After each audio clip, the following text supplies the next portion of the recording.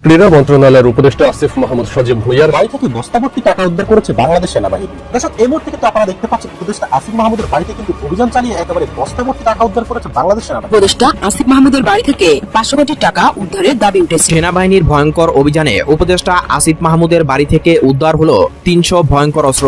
বিমানবন্দরে আসিফ মাহমুদের ব্যাগ থেকে গুলিসহ ম্যাগাজিন পাওয়ার ঘটনায় তোলপাড় গোটা দেশ।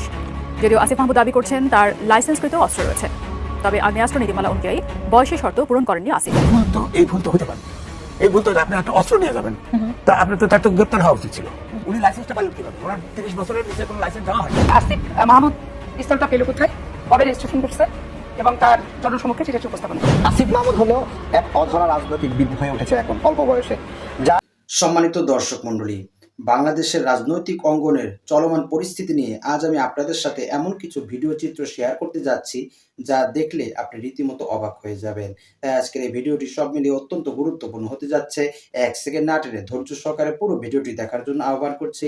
আর একটি ছোট্ট রিকোয়েস্ট করছি, তা হলো যদি আপনি আমাদের এই চ্যানেল নতুন দর্শক হয়ে থাকেন, অবশ্যই আমাদের এই চ্যানেলটি সাবস্ক্রাইব করে একটি লাইক দিয়ে পাশে থাকা বেল বাটনটি অন করে দিবেন। তাই আর কথা নয়, চলুন সরাসরি আমরা ভিডিওতে চলে যাই। যার হাজারো দুর্নীতি, হাজারো সমালোচনা, নিয়োগ জালিয়াতি, প্রশাসক আন্তর্জাতিক সিভিল এভিয়েশন আইনের সুস্পষ্ট লঙ্ঘন, যার শাস্তি কমপক্ষে 14 বছরের কারাদণ্ড। আসিফ মাহমুদ ভুঁইয়া ভাইয়ার পৈতৃক বাড়ি। জি। আপনার সম্পর্কে কি হয়?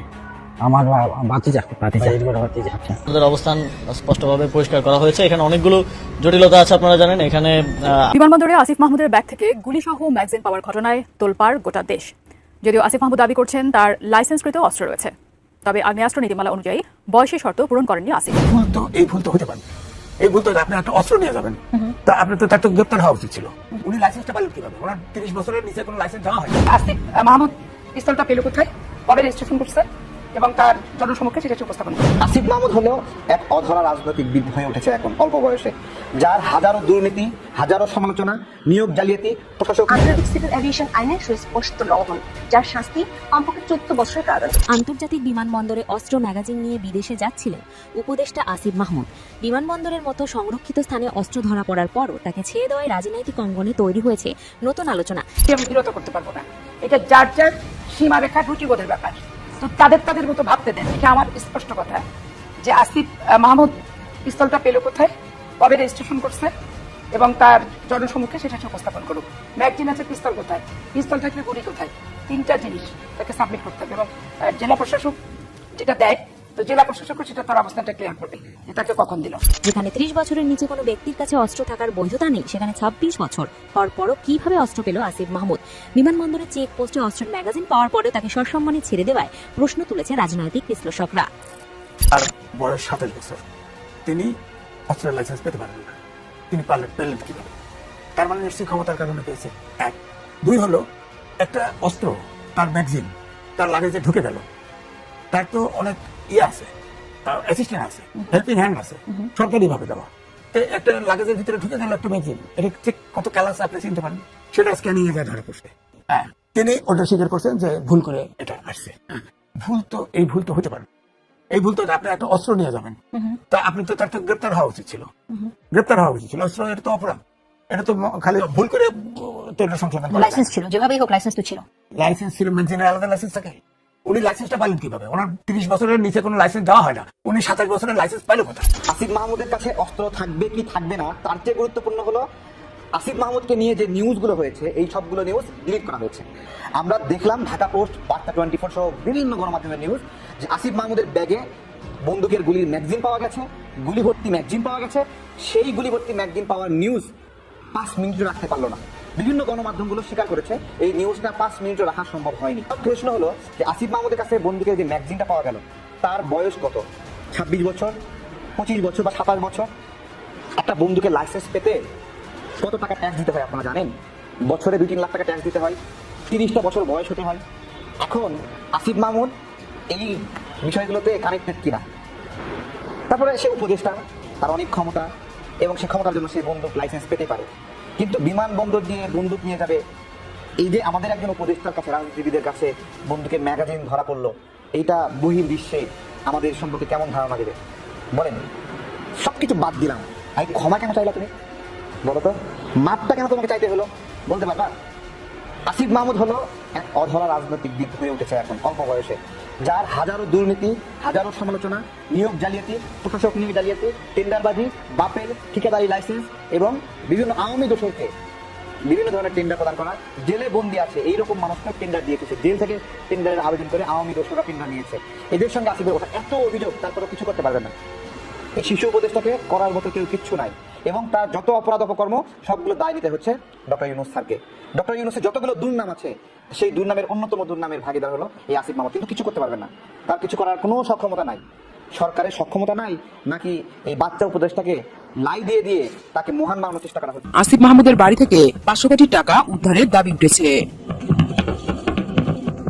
সম্প্রতি ফেসবুক এবং ইউটিউবে এমন একটি খবর প্রকাশ পেয়েছে, ছাত্র থেকে সরকারের উপদেষ্টা কিভাবে হলেন এই আসিফ মাহমুদ। সরকারি চাকরি নিয়োগে কোটা পদ্ধতি সংস্কারের দাবিতে রাস্তায় নেমেছিলেন তারা। তবে আন্দোলন শুরুর 1.5 মাসেরও কম সময়ের মধ্যে তারা এখন অন্তর্বর্তী সরকারের সদস্য। অন্তর্বর্তী সরকারের যুব ও ক্রীড়া উপদেষ্টা আসিফ মাহমুদের 100 কোটি টাকা মারার প্রজেক্ট নীরবে চলছে বলে জানিয়েছেন সাংবাদিক ইলিয়াস হোসেন।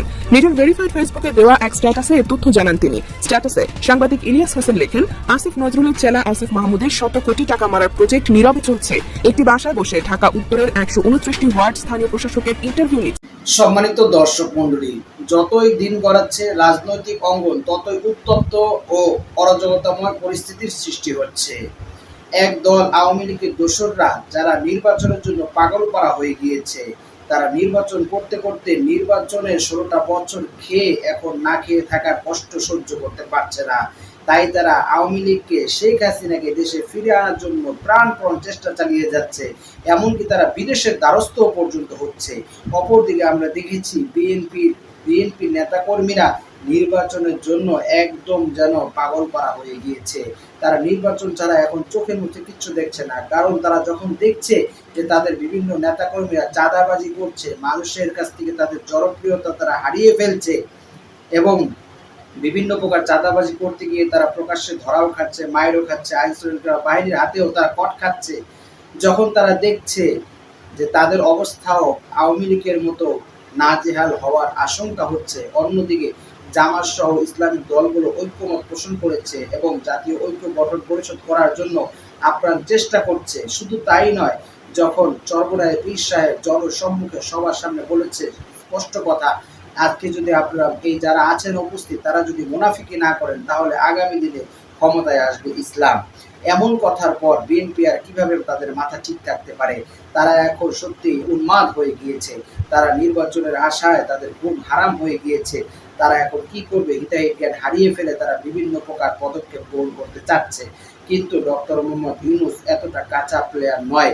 কোনো প্রকার সংস্কার ছাড়াই যে নির্বাচন দেওয়া হবে এবং আবার ফ্যাসিবাসের রাষ্ট্র কায়েম হবে, ছাত্রদের রক্ত বৃথা যাবে, এমনটা কখনোই আর বাংলাদেশে হবে না। কেননা বাংলাদেশের তাওহীদ জনতা ও ছাত্র জনতা এমনটা কখনোই হতে দেবে না।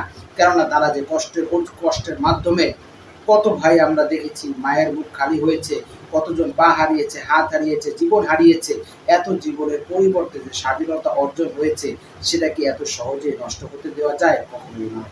সম্মানিত দর্শক মণ্ডলী, আজকের এই ভিডিও সম্পর্কে আপনার কি মতামত? অবশ্যই আপনার সে মূল্যবান মতটি আমাদের কমেন্টস বক্সে জানাবেন। আর আজকের এই ভিডিওটি যদি আপনার ভালো লেগে থাকে অবশ্যই ভিডিওটি একটি লাইক দিয়ে শেয়ার করে দিবেন। আজ এ পর্যন্ত সকলে ভালো থাকবেন, সুস্থ থাকবেন, নিরাপদ থাকবেন এই আশা ব্যক্ত করে আজকের ভিডিও এখানেই শেষ করছি। আমিন ওয়া আখিরু দাওয়ানা আলহামদুলিল্লাহি রাব্বিল আলামিন। আসসালামু আলাইকুম ওয়া রাহমাতুল্লাহি ওয়া বারাকাতুহু।